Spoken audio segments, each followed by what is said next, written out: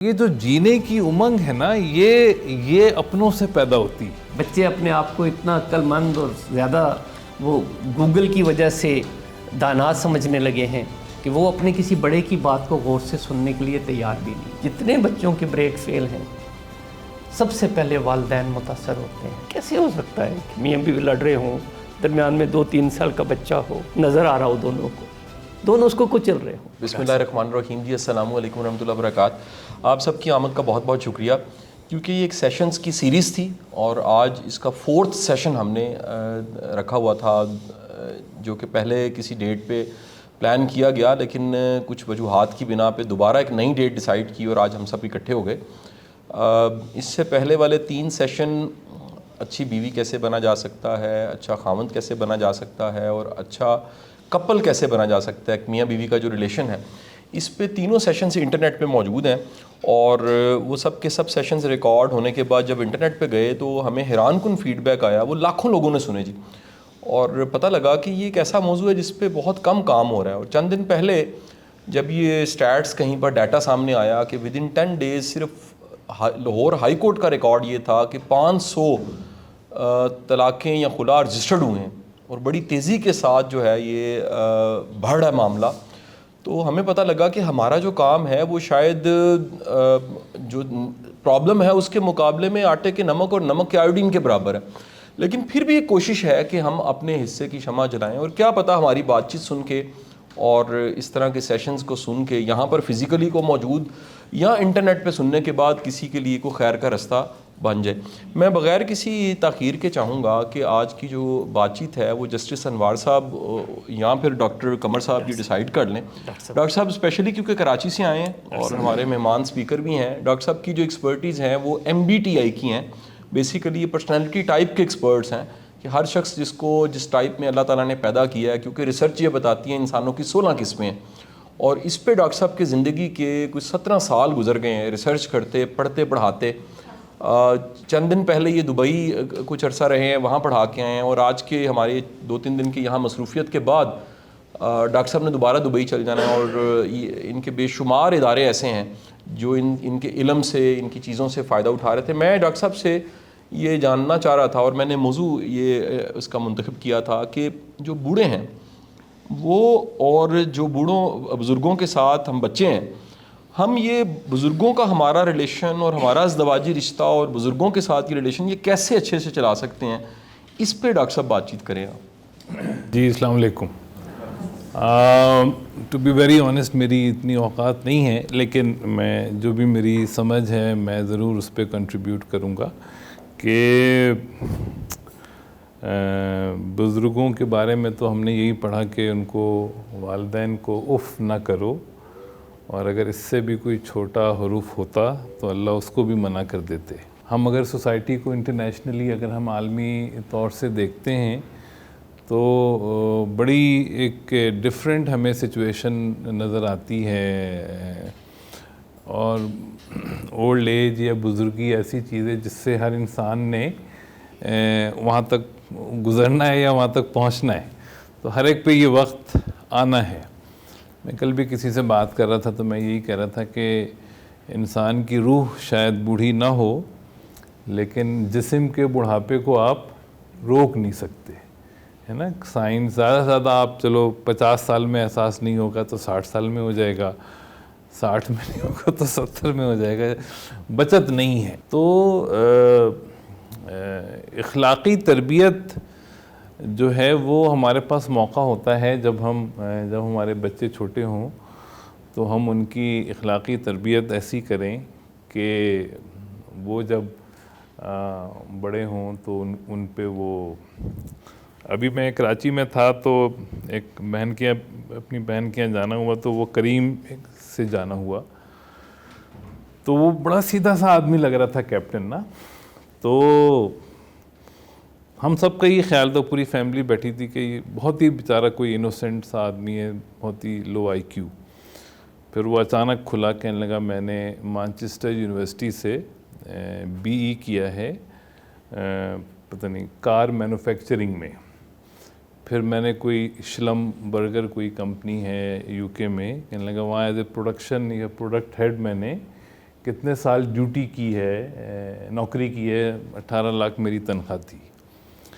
کہتے ہیں میری ماں نے بس مجھے ایک فون کیا, کہا کہ بیٹا آ جاؤ,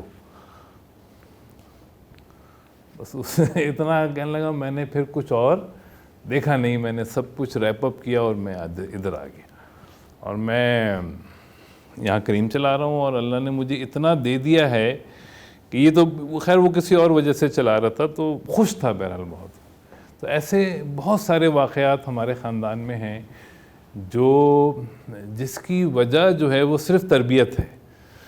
اگر وہ تربیت ہم لوگوں کے ہاتھ میں ہوتا ہے کہ ہم بچوں کی وقت پہ صحیح تربیت کر دیں, تو وہ بچے پھر, اس لیے اللہ نے بچوں کو یعنی ذمہ داری کہا کہ وہ ذمہ داری ہیں ہماری. تو میں تو یہی اس کو سمجھتا ہوں کہ یہ ہماری ذمہ داری ہے کہ ہم اپنے بچوں کو, اپنے چھوٹوں کو وقت پہ صحیح تربیت دے دیں.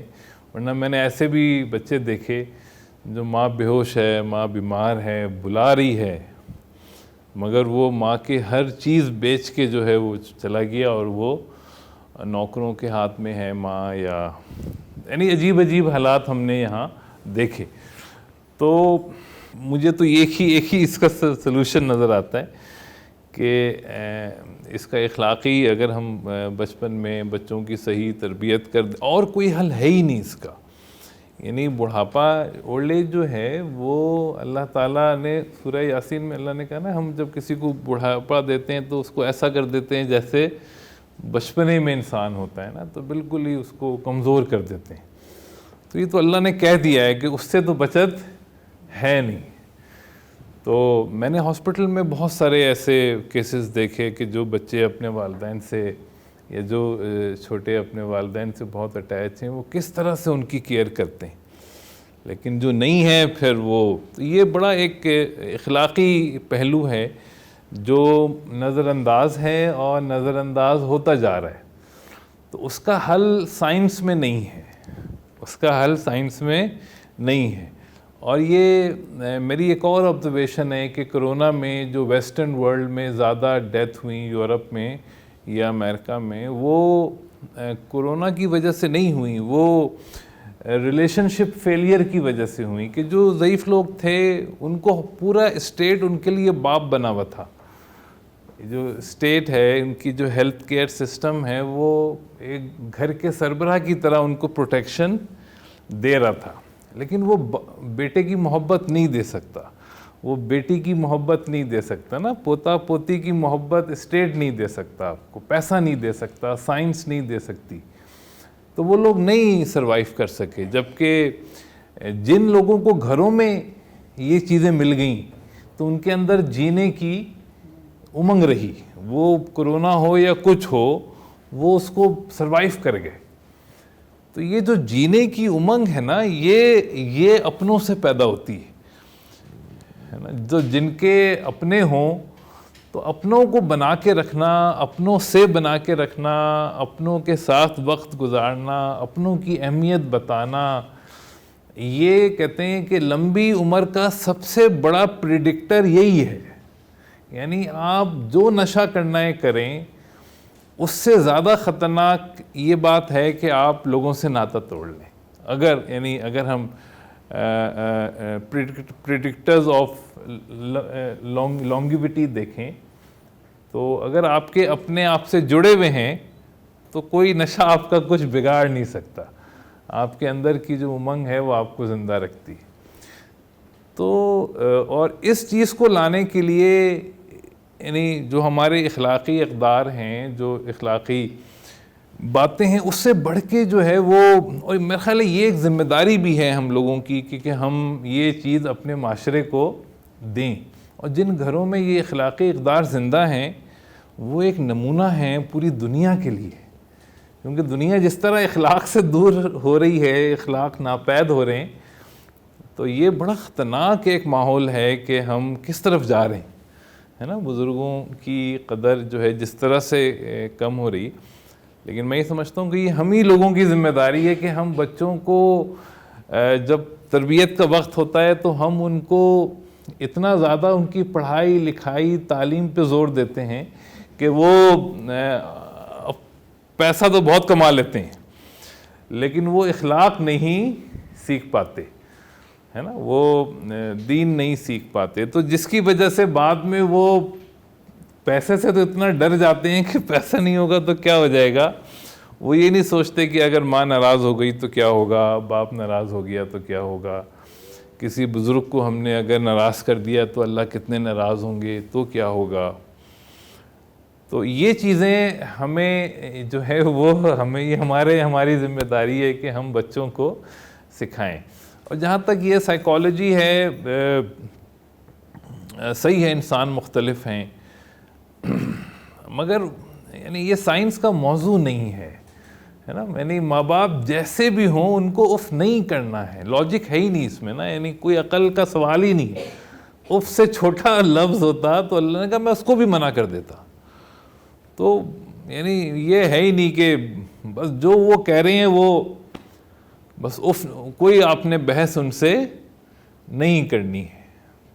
تو یہ چیزیں بچوں کو سکھانا یہ تربیت ہے، اور یہ مشکل کام ہے. میں بھی اس دور سے گزر رہا ہوں، تو میں چاہتا ہوں یہ چیزیں اپنے بچوں کو سکھاؤں، لیکن مشکل ہوتا ہے. لیکن ایک ہی چیز مجھے سمجھ آتی ہے کہ میں کر کے دکھاؤں ان کو. تو جب میں نے کر کے جو مجھ سے بس میں ہوا وہ میں نے کیا، تو میں نے دیکھا اس کا سب سے زیادہ امپیکٹ آیا کہ جب میں نے اپنے بڑوں سے جو کیا تو میرے بچوں نے وہی سیکھا. اچھا جو میں نے ان کو بولا وہ کچھ سیکھا کچھ نہیں سیکھا، لیکن جیسا میں نے کیا انہوں نے اس کو فالو کیا. تو بہرحال یہی میرے سمجھ میں یہی آتا ہے. تو بہت شکریہ آپ لوگوں کے وقت کا، جزاک اللہ. بسم اللہ الرحمن الرحیم. میں بھی چونکہ فاؤنڈیشن میں آج میزبان کی حیثیت سے بھی بیٹھا ہوں. میں تو یہاں آتا ہوں 1-2 دن کے لیے مختلف جوڑوں کے ساتھ. میرا ایک آپ کو پتہ ہی ہے، جو لوگ جانتے ہیں، کہ ایک چھوٹا سا پروجیکٹ ہم نے شروع کیا تھا آسک کے نام سے، ASK، آؤ صلح کریں. اس میں بہت اہم سوال ہے، چونکہ آپ زیادہ تر میرے ہم عمر لوگ یا مجھ سے چھوٹے، شاید مجھ سے کچھ بڑے بھی 1-2 بیٹھے ہیں. سوال یہ ہے کہ میں جب ریٹائر ہوا ہوں، یا کوئی بھی چیف جسٹس جب ہائی کورٹ سے ریٹائر ہوتا ہے، تو اس کے لیے بہت ایک جو اٹریکٹیو کام ہے وہ یہ ہے کہ وہ اپنی وکالت چمکا سکتا ہے بہت اچھی. اور اس کے علاوہ اس کے لیے کچھ جابز آلریڈی دھرے ہوتے ہیں گورنمنٹ کے پاس، کہ کوئی جج ریٹائر ہوگا تو ہم اس کو فلاں جگہ پہ کوئی کسی ادارے کا چیئرمین لگا دیں گے، کچھ اس کے کام لیں گے مفید. لیکن جب میں عدالت میں تھا تو ایک بہت مشکل سوال میرے سامنے تھا کہ جب بچے آتے تھے میرے پاس، ہر روز کچھ کیس آتے تھے، ایوری ڈے. یہ ہائی کورٹ کی ایک روٹین تھی میرے پاس کہ ارجنٹ کیسز آتے تھے، جس میں لوگ یہ شکایت لے کے آتے تھے کہ مجھ سے میرے بچے چھین لیے ہیں، میاں نے یا بیوی نے، یا بہت کم کیسز میں کسی اور نے میرے بچے کو چھین لیا مجھ سے.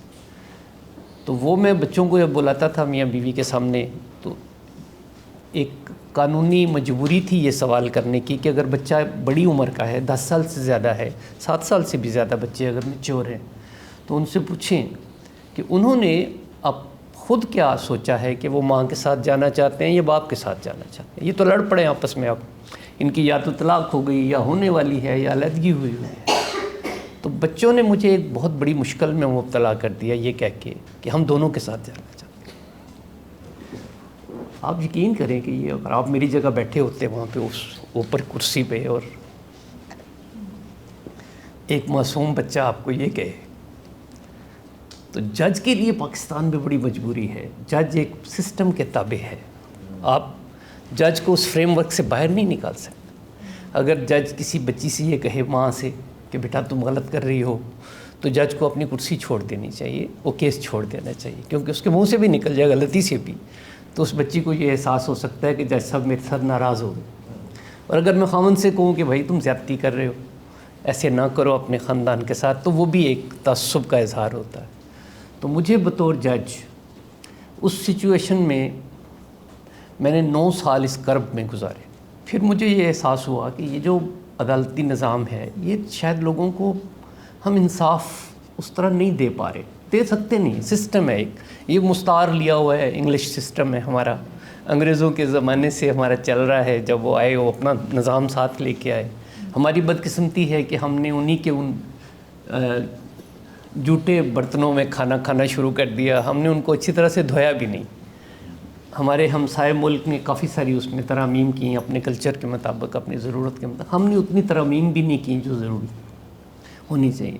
تو یہ تمہید اس لیے ہے کہ یہ ساری بات کو دیکھ کے اس بیک گراؤنڈ میں نے شاہ صاحب سے ایک محفل میں بات ہوئی تو میں نے کہا کہ ہمیں ایک مجبوری ہے پاکستان میں ہر بچی کی, ہر ماں کی, ہر باپ کی, پیرنٹس کی, کہ اگر خدا نہ خواستہ ان کے درمیان کوئی کلیش ہو جائے تو ان کے پاس کیا جگہ ہے جانے کی اپنی شکایت لے کے؟ صرف عدالت.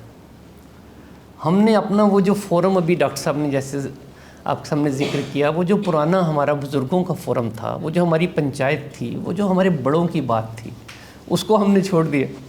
اب کوئی کسی کی بات نہیں سنتا. بچے اپنے آپ کو اتنا عقل مند اور زیادہ وہ گوگل کی وجہ سے دانا سمجھنے لگے ہیں کہ وہ اپنے کسی بڑے کی بات کو غور سے سننے کے لیے تیار بھی نہیں. میں نے بچپن میں جب میں اسکول میں پڑھتا تھا, جس طرح کے اسکول میں پڑھتا تھا, بہت غریبانہ سا اسکول تھا, تو میں نے اے سے زیڈ تک پڑھا تھا ABC کو. اب میرے بچے مذاق کرتے ہیں, وہ کہتے ہیں زیڈ نہ کہا کرو, زیڈ نہیں ہوتا انگریزی میں. میں ایچ کہتا ہوں, وہ کہتے ہیں ایچ بھی نہیں ہوتا, ایچ ہوتا ہے. تو یہ بچے جو ہیں اب وہ تھوڑے سے وہ اس لیول پہ آ گئے ہیں کہ انہوں نے اس بیریئر کو توڑ دیا ہے کہ جو میں نے ڈپٹی نذیر احمد کی کتابوں میں پڑھا, آپ لوگوں نے بھی پڑھا ہوگا, کلاسیکل لٹریچر میں اگر آپ جا کے دیکھیں, اب تو لٹریچر سے ہی دیکھ سکتے ہیں, یا میں نے اپنے نانا نانی کو, دادا دادی کو دیکھا ہے خوش قسمتی سے, میں نے اپنی پڑنانی کو بھی دیکھا ہے, ان کے ساتھ دوستی بھی کر کے دیکھی ہے, ماشاءاللہ بڑی لمبی عمر تھی ان کی. تو میں نے جو فیل کیا وہ یہ تھا کہ جو چھوٹا بچہ بات کرتا ہے تو وہ بڑوں سے صرف التماس کرتا ہے. دوران زمانے میں التماس ہوتا تھا کہ چھوٹا ہے عمر میں التماس کرے, اور جو ہم عمر ہیں وہ بھی آپس میں ایک دوسرے کو ریکویسٹ اور التماس ہی کرتے تھے. لیکن جو بڑا کہتا تھا اس کو حکم کہتے تھے. بڑا ہے, اس نے حکم دے دیا, اب میں کیا کر سکتا ہوں. وہ والد ہیں, والدہ ہیں, بڑا بھائی ہے, ایون رشتہ دار ہیں, ماموں چچا ہیں, کہہ دیا انہوں نے, کہہ دیا. اب یہ بات رہی نہیں. تو اب یہ جو دقت محسوس کی میں نے کہ ہر بچے کو, ہر کپل کو جانا پڑتا ہے عدالت میں. اور پاکستان میں آج تک ہم نے فیملی کورٹ نہیں بنائی. آپ کے لیے دلچسپی کی بات ہوگی کہ 60s میں ہم نے قانون بنا دیا تھا فیملی کورٹ کا, لیکن ہم نے اس میں یہ لکھا کہ ابھی ہمارے پاس جلدی میں اتنے وسائل نہیں ہیں کہ ہم سیپریٹ فیملی کورٹس بنائیں بچوں کے ڈسپیوٹس کے لیے. ہمارے جو سول جج صاحبان کام کر رہے ہیں آلریڈی, ان کو ہم نے اختیار دے دیا ایک نوٹیفیکیشن کے ذریعے کہ وہ عارضی طور پہ ان کیسوں کو سنیں. تو آپ اندازہ لگا لیں 1960 سے آج تک وہی سن رہے ہیں, اور وہی جج ہمارا رینٹ کے کیس سنتا ہے, وہی جج ہمارا جو ہے وہ سارے فوجداری کرمنل کیس سنتا ہے, نارکوٹکس کے کیس بھی وہی سنتا ہے. اسی عدالت میں وہاں پہ بچے بیٹھے ہوتے ہیں. اور یہ جو بچوں کے خاص طور پہ ماں باپ کے درمیان ڈسپیوٹ ہوتا ہے, جس پہ ہماری زیادہ توجہ ہے, وہ اس کی جو طبعی عمر ہے, قانونی عمر, پاکستان کے جو آپ میں سے قانون جاننے والے لوگ ہیں, کہ بچے کی کسٹڈی کا جو کیس ہے اس کی اپنی عمر 18 سال ہے. کیس کی عمر آپ نے 18 سال تک عدالت میں جانا ہوتا ہے اپنے بچے کے کیس کے لیے, ماں نے یا باپ نے یا دونوں نے.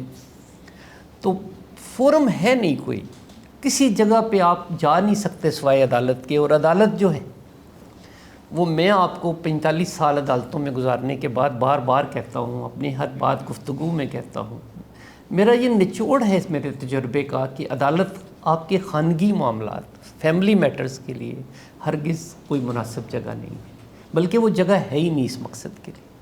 کوئی جج آپ کے معاملات کو نہیں سمجھ سکتا اس لیول پہ جس لیول پہ گھر کا کوئی بزرگ سمجھ سکتا. تو میں اپنی ساری اس تمہید کے بعد یہاں ڈائریکٹ آنا چاہ رہا ہوں کہ میں نے یہ تجربہ کیا کہ اگر میں عدالتوں میں جا کے ایک فولڈنگ میز لے لوں, ایک کرسی لے لوں, جا کے عدالتوں کے باہر بیٹھوں ریٹائرمنٹ کے بعد, اور لوگوں کو بلاؤں, انہیں کوئی یار کے بچوں کو لے کے دھکے کھا رہے ہو, تو میں آپ کی بات سن کے تو میں آپ کا فیصلہ یہیں کر دیتا ہوں باہر بیٹھ کے. جو آپ نے اتنے سالوں میں فیصلہ کرنا ہے میں یہاں کر دوں, تو میرے اوپر ٹرسٹ کرو. تو یہ بات شاہ جی نے میری سن لی, تو انہوں نے کہا کہ نہیں, یہ آپ کا طریقہ جو ہے اس طرح تو یہ بہت انرجی آپ کی ویسٹ ہو جائے گی, اور آپ سے یہ ہوگا نہیں. کہاں کہاں جائیں گے آپ, کہاں کہاں بیٹھیں گے اور کیسے؟ تو میں اس کو آرگنائز کرتا ہوں. تو میں اپنی بھی اور میں سسٹم کی، پاکستان کی خوش قسمتی سمجھتا ہوں کہ ایسے محب وطن لوگ ہیں کہ انہوں نے مجھے یہ کہا کہ میں آپ کے لیے اس کو آرگنائز کروں گا. میں نے آگے سے، یہ ریکارڈڈ بات ہے، یا یہ ویڈیو ایک موجود ہے یوٹیوب پہ شاہ جی کے ساتھ، یہ میرا انٹرویو ریکارڈ کر رہے تھے ریٹائرمنٹ کے بعد. تو میں نے ان سے کہا کہ دیکھیں میں تو اس کام کو کروں گا بالکل مفت، اس میں کوئی پیسے نہیں ہوں گے. ویسے تو پوری دنیا میں اس وقت جو لوگ صلح کراتے ہیں میڈیٹرز کہتے ہیں. امریکہ میں، یورپ میں میڈیٹرز بہت مہنگے ہیں، وکلاء سے بھی مہنگے ہیں، کیونکہ وکیل سب پیسے لیتے ہیں، فیس لیتے ہیں، مقدمہ دائر کرتے ہیں اور کئی عرصے میں اس کا فیصلہ ہوتا ہے، کچھ بھی ہو سکتا ہے. میڈیٹر جو ہے وہ 2-4 دن میں فیصلہ کر دیتا ہے اور وہ فیصلہ دونوں کے لیے قابل قبول ہوتا ہے، تو اس لیے ان کی فیس بھی زیادہ ہوتی ہے. تو میں نے ان سے کہا جی میں تو یہ مفت کروں گا. تو انہوں نے بہت دھڑلے سے مجھے کہا کہ آپ مفت کریں گے تو ہم بھی مفت ہی کریں گے، ہم بھی کوئی پیسے نہیں لیں گے. تو آج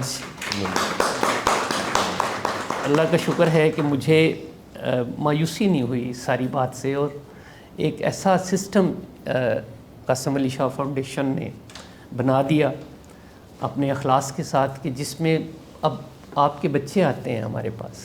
آپ میں سے اکثر وہ ہوں گے کہ جن کے بچے جو ہیں وہ ہمارے پاس آئے ہیں اور جنہوں نے ہمارے ساتھ بیٹھ کے اپنا معاملہ بیان کیا ہے. طریقہ بڑا آسان ہے. ہم فاؤنڈیشن کی طرف سے ایک فارم ہے چھوٹا سا، اس کو فل کرنا ہوتا ہے، اپنا نمبر دینا ہوتا ہے اور بتانا ہوتا ہے کہ میرے ساتھ کوئی پرابلم ہے، میری شادی خراب ہو رہی ہے. بچے جو بڑے ہیں ہمارے میرڈ کپلز کے، ان کو بھی ہم نے اجازت دی ہوئی ہے کہ وہ بھی ہمیں لکھ سکتے ہیں ایک چھوٹا سا ای میل، اپنا نام لکھے بغیر صرف فون نمبر لکھتے ہیں اپنے پیرنٹس کا کہ ہمارے پیرنٹس کے جھگڑے کی وجہ سے ہماری زندگی خراب ہو رہی ہے. کیونکہ اس میں زندگی خراب ہوتی ہے بچوں کی زیادہ. یہاں پاکستانی سماج میں مجھے کہنا تو نہیں چاہیے آپ سب کے سامنے، لیکن ایک ریئلٹی ہے کہ یہاں شادیاں سب کی ہو جاتی ہیں، دوسری بھی ہو جاتی ہے، تیسری بھی ہو جاتی ہے. جو سفر کرتے ہیں وہ بچے کرتے ہیں. یہ بات میں آج سے کوئی 1 سال پہلے تقریباً ایک کیس میں نے ریئلائز کیا کہ میں خواہ بار بار یہ کہتا ہوں کہ میاں بیوی سفر کرتے ہیں اور بچے سفر کرتے ہیں. تو میں تو بہت بڑے مغالطے میں تھا. ایک بابا جی نے آ کے میرا مسئلہ بالکل الٹا کے رکھ دیا. پتہ چلا کہ بچوں سے بھی زیادہ نانی نانا اور دادی دادا جو ہیں وہ متاثر ہیں. وہ باقاعدہ 4 بوڑھے لوگ جو ہیں وہ ان بچوں سے بھی زیادہ، میاں بیوی سے بھی زیادہ متاثر ہیں. وہ واقعہ آپ کے سامنے میں نے شیئر بھی کیا ہوا ہے. پھر مختصراً آپ کو بتا دیتا ہوں کہ ایک لڑکا تھا تو اس نے آ کے مجھے کہا کہ صلح میں نے کرائی بڑی مشکل سے. ان کا 2 سال سے عدالت میں کیس چل رہا تھا میاں بیوی کا، تو ان کی صلح ہو گئی. 2 بچے تھے اس کے، بچے ماں کے ساتھ رہ رہے تھے. تو جب میں نے ان کو رخصت کرنا تھا تو میں کوشش کرتا ہوں کہ میں پیرنٹس کو لازمی بلاؤں دونوں کی، کیونکہ کوئی صلح نہیں ہوتی گھر میں جب تک بزرگوں سے نہ ہو. اور بزرگوں سے صلح کرانے میں ایک جو سب سے بڑا مسئلہ ہے وہ یہ بھی ہے میرا کہ میرا یہ یقین ہے اور اب یہ ایمان ہے اتنے بے شمار کیس کر کے، ہزاروں مقدمات میں بچوں کے ساتھ ڈائلاگ کر کے، کہ جتنی خرابیاں ہیں ہمارے معاملات میں زندگی میں، اس میں ماں باپ کی بد دعا کا بہت گہرا اثر ہے. تو جب ماں باپ آتے ہیں تو ان کو میں ان کی منت سماجت کرتا ہوں کہ ان کی صلح ہو رہی ہے تو یہ صلح تبھی پائیدار ہوگی اگر آپ ان کو معاف کر دیں. تو وہ ایک بچہ تھا تو اس کو جب صلح ہو گئی تو اس کی بیوی نے مجھے ایک بات کہی. اس نے کہا جی کہ میں جوائنٹ فیملی میں رہتی ہوں تو میری جو ایک بڑے بھائی کے میرے خاوند کی بیوی ہے وہ ہر روز وہ آئس کریم والا آتا ہے باہر تو اپنے بچوں کو آئس کریم لے کے دیتی. میرا بڑا دل چاہتا ہے کہ میں بھی اپنے بچوں کو آئس کریم لے کے دوں، تو لے کے نہیں دے سکتی، خرچہ نہیں دیتا مجھے. بڑی جینون بات تھی اس کی. میں نے اسے کہا، میں نے کہا دیکھو بیٹا میں نے تمہاری صلح کرا دی ہے، اب آپ گھر جا رہے ہو تو آپ یوں کرو کہ آپ اپنی بیوی کو خرچہ لکھ کے دے دو، اور میری فرمائش پہ میں نے تم سے پوچھ لیا ہے تمہاری کتنی انکم ہے، کیا کام کرتے ہو، 10,000 روپے اس کو دیا کرو اور نہ پوچھا کرو کہاں خرچ کرتے ہیں. وہ بچہ اڑ گیا. اس نے کہا نہیں جی میں تو لکھ کے نہیں دیتا. پھر اس میں بہت بڑا وہ ایک دلچسپ بات اس میں موڑ آیا. جب بچے کو میں نے انسسٹ کیا تو اس نے مجھے کہا جی کہ آپ کو پتہ نہیں ہے مجھے پھنسا رہی ہے. میں نے کہا نہیں پھنسا نہیں رہی، میں آپ کو کہہ رہا ہوں. کہتے جی آپ کو قانون کا نہیں پتہ. وہ مجھے نہیں جانتا تھا میں چیف جسٹس ہوں. تو میں نے اس بچے سے کہا، میں نے کہا نہیں اگر آپ نے یہ نہیں لکھ کے دیا تو میں آپ کی بیوی کو آپ کے ساتھ نہیں بھیجوں. یہ بڑی ناانصافی کی بات ہوگی. ایک جائز مطالبہ اگر آپ پورا نہیں کر سکتے اپنی بیوی کا تو اس کو مت لے جاؤ. تو وہ تھوڑی دیر کے بعد وہ اسی طرح اسی حالت میں وہ چلا گیا اٹھ کے ناراض ہو کے کہ نہیں لکھ کے تو نہیں میں دیتا. 2-4 دن کے بعد اس کے والد نے ہم سے رابطہ قائم کیا اور اس نے کہا کہ میرا بیٹا آیا تھا آپ کے پاس, اس نے بڑی بدتمیزی کی آپ سے, مجھے بڑا افسوس ہے, میں چاہتا ہوں کہ صلح ہو جائے ان کی اور میری بہو آ جائے گھر میں. تو میری پینشن ہے تھوڑی سی کچھ 7-7.5 ہزار روپے, تو آپ مجھ سے اسٹیمپ پیپر لگوا لیں, میں اپنی ساری پینشن ہر مہینے اس کو دے دیا کروں. مجھے یہ بات بڑی مشکل لگی, میں خود نانی نانا دادا اور نانا ہوں. میں نے کہا دیکھیں آپ بھی میری طرح پینشنر ہیں, آپ اپنی ساری پینشن لکھ کے دے دیں گے بہو کو, تو کل کو یہ بچے آپ کے ساتھ بدتمیزی کریں گے, آپ کے پاس کیا ہوگا, تھوڑا سے اتنے ذرا سے پیسے ہیں یہ, تو آپ یہ نہ کریں, آپ بیٹے کو سمجھائیں. اس نے کہا جی میں نے بڑا سمجھایا, وہ نہیں سمجھتا. تو میں نے کہا وہ نہیں سمجھتا تو پھر آپ اس کو کیوں انسسٹ کر کے لے کے جا رہے ہیں. تو اس نے مجھے بتایا کہ میری جو بیوی ہے وہ کینسر پیشنٹ ہے اور ڈاکٹر نے ہمیں یہ کہا ہے کہ یہ بچ سکتی ہے یا اس کی زندگی تھوڑی سی لمبی ہو سکتی ہے اگر آپ اس کے پوتے اور پوتی کو لے. ہم عدالت میں جاتے ہیں لیکن ہماری وہاں پہ ملاقات نہیں ہوتی بچوں سے, کیونکہ جیسا جب بلاتے ہیں تو وہ جان کے بچوں کو لاتی نہیں اس کی ماں. تو بیوی میری کو ہم لے کے جاتے ہیں اسٹریچر پہ ڈال کے, تو وہاں سے 2-3 دفعہ واپس آ گئے ہیں, بچے نہیں ملے. تو اب وہ بہت پریشان ہے ماں بیوی میری. مجھے بڑا ترس ہے, ظاہر ہے آپ بھی ہوتے میری جگہ تو آپ کے ساتھ بھی یہی ہوتا ہے جو میرے ساتھ ہوا ہے, جو اب بھی میرے ساتھ ہو رہا ہے. تو خیر میں نے ان کو بچی کو بلایا, وہ پہلے تیار تھی جانے کے لیے. تو وہ بابا جی نے کہا نہیں جی میری ذمہ داری ہے, آئندہ میں دھیان رکھوں گا, ہم سے بڑی کوتاہیاں ہوئی ہیں, بڑی غلطیاں ہوئی ہیں اس بچی کے بارے میں. ہم نے اس بچی کے بارے میں صحیح سمجھا نہیں, ہم نے اس کو بچی نہیں سمجھا, ہم نے اس کو بڑا سمجھا ہے, شادی شدہ عورت سمجھا ہے, یہ ہے چھوٹی سی بچی ہے. تو میں نے کہا آپ کو یہ فیلنگ جو آ جائے, اگر یہ فیلنگ سارے ساس سسر کو آ جائے کہ یہ چھوٹی سی بچی ہے, اپنی بیٹی کے بارے میں ہم سارے یہی سمجھتے ہیں کہ یہ معصوم سی, پتہ نہیں کیسے جائے گی, وہاں جا کے اس کو انڈا بھی نہیں فرائی کرنا آئے گا, ساس سسر کیا کہیں گے, کھانے کیسے بنائے گی, گھر کے کام کیسے کرے گی. تو جو آنے والی بیٹی ہے اس کے بارے میں یہ سمجھنا کہ ایک بہت میچیور شادی شدہ عورت ہمارے گھر میں آ گئی ہے اور اب یہ سارے گھر کو سنبھال لے گی, تو یہ فیلنگ تو پہلے دن سے اگر آپ کو آ جاتی تو یہ نوبت ہی نہ آتی. یہ لوگ جو آج ہوئے ہیں, اور آپ نے ہمیں ایک نیا راستہ دکھایا ہے کہ یہ نانی نانا اور دادی دادا کتنے متاثر ہوتے ہیں, اور ان کے لیے کتنا بڑا یہ ایشو ہے کہ وہ اپنے بچوں کے ساتھ جو ان کی اٹیچمنٹ ہے اس کا جو لیول ہے وہ کتنا ہائی ہے. تو آج کا یہ جو سیشن تھا یہ بالکل اسی ایک آدمی کی مہربانی سے اور اس بچے کی نالائکی سے جس نے مجھے یہ تانا دیا کہ آپ کو قانون کا نہیں پتہ, اس سے نکلی یہ بات ساری. اور میں نے پھر ایک چھوٹا سا ویڈیو میسیج بھی ریکارڈ کروایا جو فاؤنڈیشن کی ویب سائٹ پہ چلا کہ ہمیں نانی نانا کو اور دادی دادا کو کانفیڈنس میں لیے بغیر ہم اس سسٹم کو شاید نہیں ٹھیک کر سکتے. یہ شادی والا نظام ہے, اس میں اگر ہم نے یہ سارا معاملہ بچوں کے ہاتھ میں دے دیا تو یہ مزید خراب ہوتا جائے گا. آپ کبھی بچوں کے ہاتھ میں نہیں دیتے. آپ نئی گاڑی لیتے ہیں, آپ ہمیشہ اوائڈ کرتے ہیں کہ بچے ابھی اس کو نہ چلائیں, پہلے اچھی طرح سے میچیور ڈرائیونگ سیکھ لیں. آپ یہ نوٹ نہیں کرتے کہ اگر آپ کو قیمتی سے قیمتی گاڑی دے دی جائے کسی کو اور اسے کہا جائے اس کے بریک نہیں ہے, اور سامنے اس کے والدین اور بچے بیٹھے ہوں, اسے کچھ چلاؤ, وہ کبھی نہیں چلائے گا بندہ. ہم سب لوگ اپنے بریک فیل کر کے بیٹھے ہیں. گھر میں کیا ہے, آپ اپنی زندگیوں کو دیکھ لیں. آپ تو اس مرحلے سے کافی سارے آپ بزرگ گزر گئے ہیں, لیکن ہے کیا معاملہ کہ آپس میں جب غصہ آتا ہے, طیش آتا ہے, تو بریک نہیں لگتا بس. اور ایک خاوند نہیں مجھے ابھی تک ملا ماں سوائے چند ذہنی مریضوں کے کہ جس نے بیوی پہ ہاتھ اٹھایا اور پچھتایا نہ ہو. ایک آدمی نہیں ملا جس نے بیوی کو گالیاں دی ہوں, محلے والوں نے بھی سنی ہوں اور اس کو شرمندگی نہ ہو. ایک بندہ نہیں میں جانتا جس نے اپنی بیوی پہ شاؤٹ کیا ہو اپنے بچوں کے سامنے اور بعد میں پچھتایا نہ ہو اکیلا بیٹھ کے کہ میں نے بچوں کے سامنے یہ کیا بکواس کی ہے, اب میرے بچے جو ہیں یہاں سے کیا سیکھیں گے. تو یہ جو سارا ایک پورا سسٹم ہے, اس کے اندر ہمارا یہ جو بریک فیل کی جو میں بات کر رہا ہوں, اس پہ کبھی آپ غور کریں. یہ کام شاہ جی کا ہے.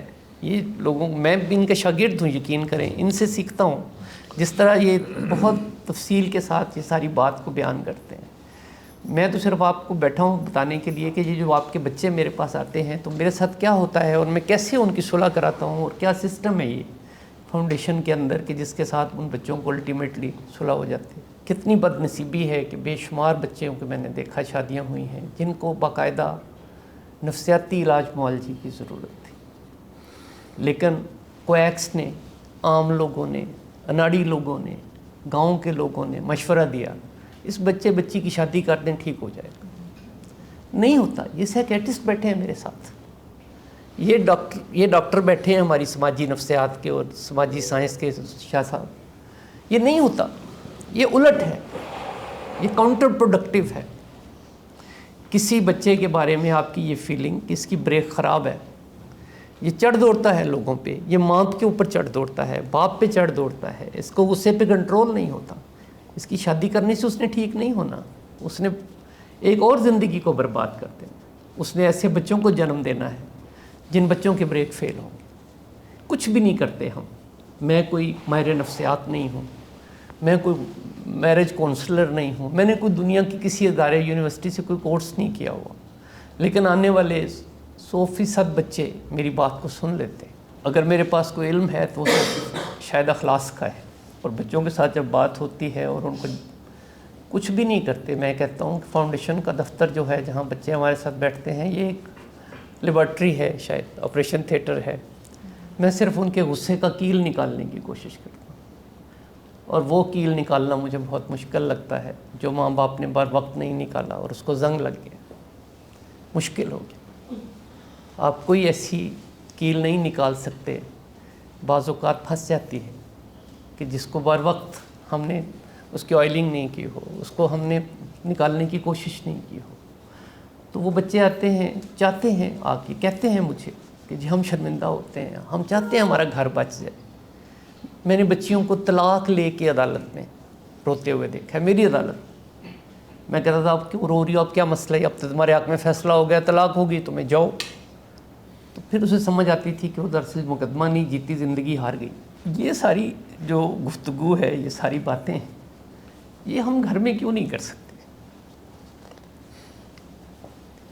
دیکھیے میں طور انسان جب دیکھوں کسی کو کہ وہ جس درخت پہ بیٹھا ہے، جس ٹہنی پہ، اسی کو کاٹ رہا ہے، ایسے گھر کو آگ لگا رہا ہے جس گھر کے اندر اس کی اولاد ہے، جس میں اس کی ماں باپ ہیں، آپ مجھے بتائیں کہ آپ میری جگہ ہوں تو آپ کی کیا کیفیت ہوگی؟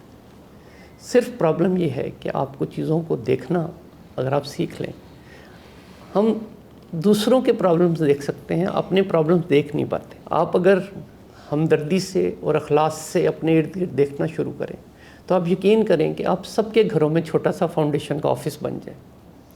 آپ اپنے ہمسایوں کو، اپنے رشتہ داروں کو، اپنے بچوں کو بیٹھ کے صرف بتانا ہی تو ہے کہ اس کے نتائج کیا ہوں گے۔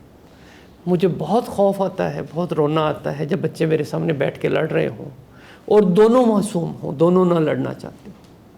میں کسی میاں بیوی کو نہیں جانتا جو لڑنا چاہتے، ان کی انائیں لڑتی ہیں آپس میں، اور ان کو اس بات کا بالکل نہیں پتہ چلتا کہ ہم نہیں لڑ رہے، ہم گھر بچانا چاہتے ہیں۔ کیسے ہو سکتا ہے کہ میاں بیوی لڑ رہے ہوں، درمیان میں 2-3 سال کا بچہ ہو، نظر آ رہا ہو دونوں کو، دونوں اس کو کچل رہے ہوں، اور میں کہتا ہوں قیمے والی مشین میں بچوں کا قیمہ بنا رہے ہو اور محبت کا دعویٰ کرتے ہو بچوں سے، جھوٹ بولتے ہو۔ تو وہ کیا ہے وہ جو چیز ان کو اس طرف مائل کر دیتی ہے، راغب کر دیتی ہے؟ طلاق لے لیتے ہیں، بچیاں عدالت میں چلی جاتی ہیں خلا لینے۔ سب نے بتایا 10 دن میں 500 کیس عدالت میں فائل ہوئے۔ یہ بہت تھوڑی تعداد ہے، آپ کو معلوم نہیں ہے۔ 500 کیس نہیں ہوتے، یہ 5000 کیس ہوں گے طلاق کے۔ یہ 500 نہیں ہیں، 500 وہ ہیں جو بچیاں عدالت تک چلی گئی ہیں۔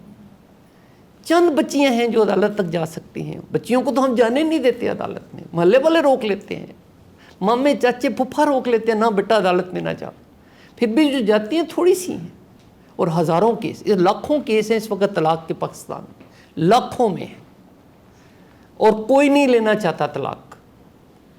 جو جینون کیس ہیں طلاق والے وہ ہم طلاق کروا رہے ہیں۔ میں خود 10-12 کیسز میں یہاں بیٹھ کے طلاق کروا چکا ہوں کہ بیٹا آپ کو طلاق کر لینی چاہیے آپس میں، آپ کا آپس میں اللہ کے حدود میں آپ نہیں رہ سکتے۔ خوف ہوتا ہے کہ نقصان پہنچائیں گے ایک دوسرے کو، بچوں کا نقصان ہوگا، لیکن وہاں پہ کیا پرابلم ہے کہ وہاں پہ وہ بچیاں جن کا والی وارث کوئی نہیں ہے، وہ بیچاری طلاق لے کے کہاں جائے؟ آپ سوچتے ہوں گے کہ پتہ نہیں کیسا جج بنا ہوگا, کیسا چیف جسٹس ہوگا, عدالت میں کیسے بیٹھتا ہوگا, یہاں اس سے بات بھی نہیں کرنی آتی, اسے ڈھنگ سے پورا فقرہ نہیں بول رہا. آپ مجھے بتائیں کہ ایک بچی جس کی بازو ٹوٹا ہوا, بچی جس کی کان کٹا ہوا, سسرال والوں نے کاٹ دیا, بال سارے کاٹ دیے, اب وہ بچی آ کے مجھے کہے کہ جیسا میں نے صلح کرنی, کیسے ہم اس ساری سچویشن میں سے نکلیں گے؟ آپ کی مدد کے بغیر آپ کی مدد کی ضرورت ہے, اس لیے آپ کو بلایا آج. آپ مہربانی کریں, آپ اس سارے معاملے کو سمجھیں. اگر آپ کے ذہن میں کوئی سوال ہوں, آپ مجھ سے, شاجی سے, ڈاکٹر صاحب سے کر سکتے ہیں کہ ہم اس کو کیسے ٹھیک کریں. سوال کرنے کی عادت ڈالیں اپنے بچوں سے, ڈائلاگ کریں, مکالمہ کریں. ہمارے گھروں میں مکالمہ نہیں ہو رہا. ہمارے گھروں میں بڑے جو ہیں, دیکھیں میں آپ کو بتاؤں, پرسیپشنز ہوتی ہیں ہماری, ہم فرض کر لیتے ہیں چیزوں کو. جو ہم فرض کرتے ہیں وہ ساری کی ساری چیزیں غلط ہوتی ہیں, ہو سکتی ہیں غلط. میں آپ کو ایک چھوٹی سی مثال دیتا ہوں. ایک 5 اسٹار ہوٹل میں یوم پاکستان کی تقریب میں سارے لوگ قومی ترانے کے احترام میں کھڑے ہو گئے. ایک بہت بڑے صحافی جس سیٹ پہ بیٹھے ہوئے تھے, ساتھ والی سیٹ والا بندہ نہیں کھڑا ہو. تو انہیں لگا کہ یہ بندہ جو ہے یہ بڑا کوئی نگیٹو آدمی ہے پاکستان کے بارے میں. سارے لوگ کھڑے, اس کو کھڑا ہونا چاہیے تھا, وہ نہیں کھڑا ہو. تو وہ کہتے ہیں جتنے دن ترانہ بجتا رہا میں بہت مائنڈ کرتا رہا. جو ہی میں بیٹھا تو میں نے اسے کہہ دیا, میں نے کہا آپ نے بڑی زیادتی کی ہے, پاکستانی ہیں, پاکستان میں پیدا ہوئے ہیں, تو آپ اس ترانے کے احترام میں تو ہم سب کو کھڑا ہونا چاہیے. آپ سب کا بھی یہ خیال ہے کہ اس آدمی نے غلط کیا, اس کا جواب سنیے آپ, اور پھر آپ اپنے غور کیجئے کہ آپ کا داماد, آپ کی بہو, جس کے بارے میں آپ کی ایک رائے ہے, اس کی کیا بنیاد ہو سکتی ہے اور اس کے کیا امکانات ہو سکتے ہیں.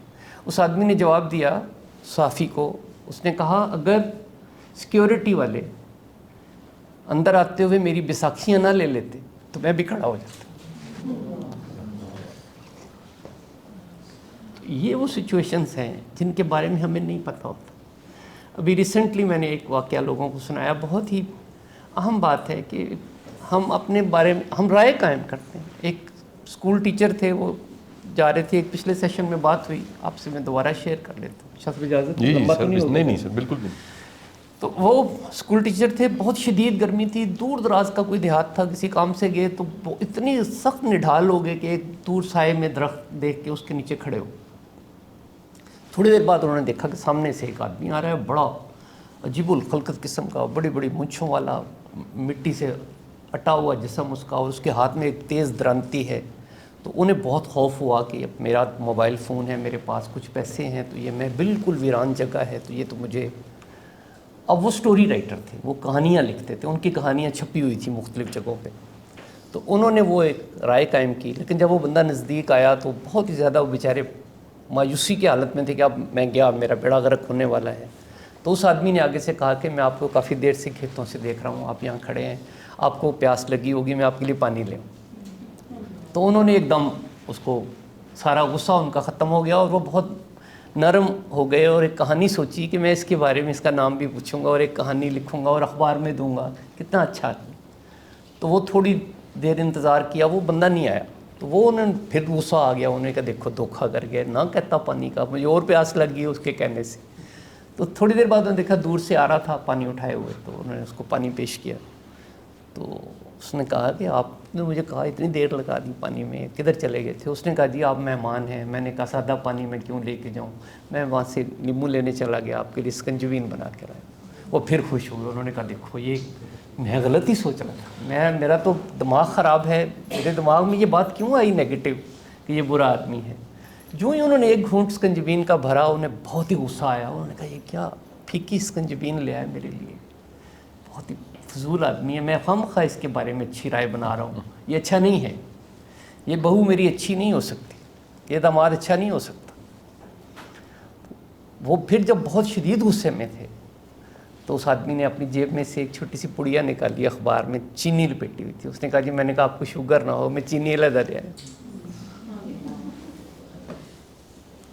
وہ جو پوری کہانی ہے یہ, اس میں آپ یہ دیکھیں کہ کتنے ٹرن ہیں, اس میں کتنے موڑ ہیں. ہماری جو رائے ہے اپنے بچوں کے بارے میں, اپنے بزرگوں کے بارے میں, اپنے ساس سسر کے بارے میں کہ یہ اچھا ہے یہ برا ہے, یہ ہم کیسے بناتے ہیں؟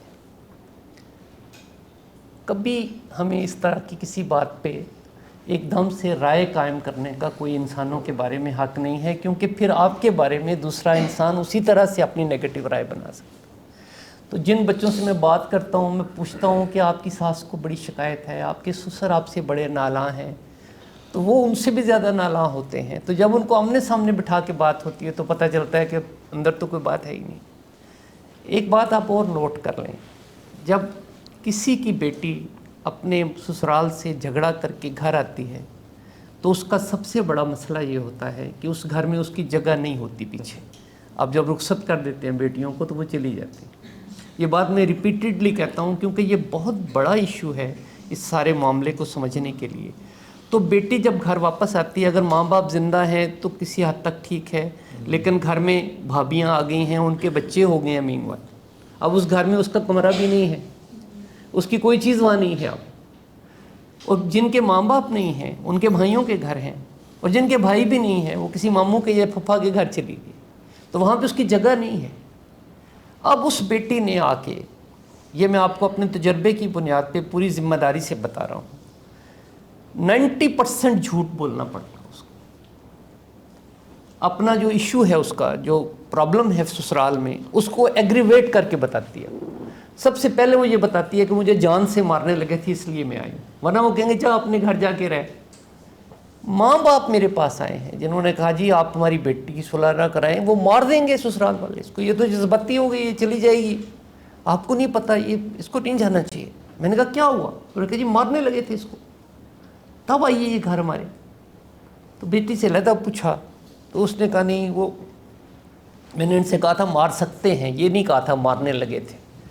تو ماں نے کہا تم نے بتایا تھا کہ مٹی کا تیل ڈالا تھا تیرے اوپر، چھڑکا تھا تیری ساس نے۔ تو وہ بعد میں پھر اس کو بہت شرمندگی ہوئی اس بچی کو کہ نہیں وہ میں نے غلط کہا۔ تو ہمیں اس بات کا بھی بہت خیال کرنے کی ضرورت ہے کہ ہمارے بچے جب ہمارے پاس ناراض ہو کے آتے ہیں، جتنے بچیاں میرے پاس آتی ہیں کہتی ہیں میرے خاوند نے مارا ہے، ایک سوال کرتا ہوں، آپ میری بیٹیاں بیٹھی ہو، بہنیں بیٹھی ہو، ایک سوال کرتا ہوں، میرے بچے آپ کا خاوند ذہنی مریض تو نہیں ہے؟ کہتی نہیں جی بالکل ٹھیک ٹھاک ہے، لوگوں کے ساتھ ہر چیز میں صحیح ہے، میرے ساتھ ہی غلط کرتا ہے، مجھے ہی مارتا ہے۔ تو میں پوچھتا ہوں کہ آپ مجھے بتانا چاہو گی، تھوڑا سا اس کو ریوائنڈ کریں آہستہ آہستہ بیٹھ کے کہ کیوں یہ نوبت آئی، اس نے تھپڑ مارا تجھے؟ تو آپ یقین کریں کہ 100% بچیاں کہتی ہیں جی مجھ سے میں نے اوور ریئیکٹ کیا، میری غلطی ہے، آپ نے صحیح ریوائنڈ کر رہے ہیں، میرے ساتھ پیچھے چل رہے ہیں، تو جہاں سے معاملہ شروع ہوا تھا وہاں میں نے اوور ریئیکٹ کیا، مجھ سے زیادہ غصہ آ گیا، مجھ سے برداشت نہیں ہوا، وہ میری پہلے ہی جھگڑا چل رہا تھا ساس کے ساتھ، تو تکار ہو رہی تھی، تو میں نے خاوند کے ساتھ بھی زیادہ بول پڑی میں۔ تو یہ ہم اپنے بچوں کو جب ہمارے پاس شکایت لے کے آئیں تو ہم کبھی یہ نہیں کہتے کہ اس کو ریوائنڈ کرو میرے ساتھ بیٹھ کے، اور تلاش کریں اس کی وجہ کیا ہوئی، یہ ٹیمپر کیوں لوز کیا بیوی نے یا خاوند نے یا ساس نے یا سسر نے، کیا ہوا؟ کبھی نہیں اس پہ پروب کرتے، ایک دم سے جو بچے کہتے ہیں بلیو کرنا شروع کرتے ہیں۔ کبھی اس طرح نہیں کرنا چاہیے، بلیو کرنا اس طرح۔ میں ایک اور چھوٹی سی مثال آپ کو دیتا ہوں۔ مہاتما بدھ جا رہے تھے اپنے کچھ پیروکاروں کے ساتھ، ایک جنگل سے گزر رہے تھے، تو ایک آدمی ان کا مخالف تھا، ان کے عقیدے کا مخالف تھا، تو اس نے بہت باتیں کی اور بہت گالم گلوچ کر رہا تھا، بدتمیزی کر، بے تحاشا بدتمیزی۔ اب وہ ساتھ والے بڑے تن و من لوگ تھے، ان کے جو باقی مونک تھے مہاتما کے، تو انہوں نے اشارہ کیا کہ ہم اس کو چپ کرائیں، یہ بکتا ہی چلا جا رہا ہے پیچھے۔ انہوں نے اشارہ کیا نہیں آپ نے نہیں بولا، حتیٰ کہ وہ چلتے چلتے وہ چلتے رہے، وہ تو بہت چلتے تھے، تو وہ تھک گیا، وہ بیٹھ گیا، کیونکہ پیچھے سے اونچا اونچا بولتا رہا۔ تو آگے جا کے مہاتما بدھ سے، یہ میں آپ سارے جو بزرگ ہو میں آپ کے ساتھ یہ اس لیے شیئر کر رہا ہوں کہ اس کے اندر بہت بڑی حکمت ہے اس ساری بات میں، اور بہت امپورٹنٹ بات ہے اس کے اندر، آپ بہت توجہ سے سنیے اس کو۔ تو مہاتما بدھ نے کہا کہ انہوں نے کہا جی ہم اس کو چپ کرائیں، اس طرح تو لوگ ہمارے گلے پڑ جائیں گے، ہم کس طرح کا یہ آپ کے پیروکار ہیں کہ ہم آپ کی عزت کی حفاظت نہیں کر سکتے، اپنی عزت کو نہیں بچا سکتے، یا لوگوں کے ہم لیٹ جائیں بالکل۔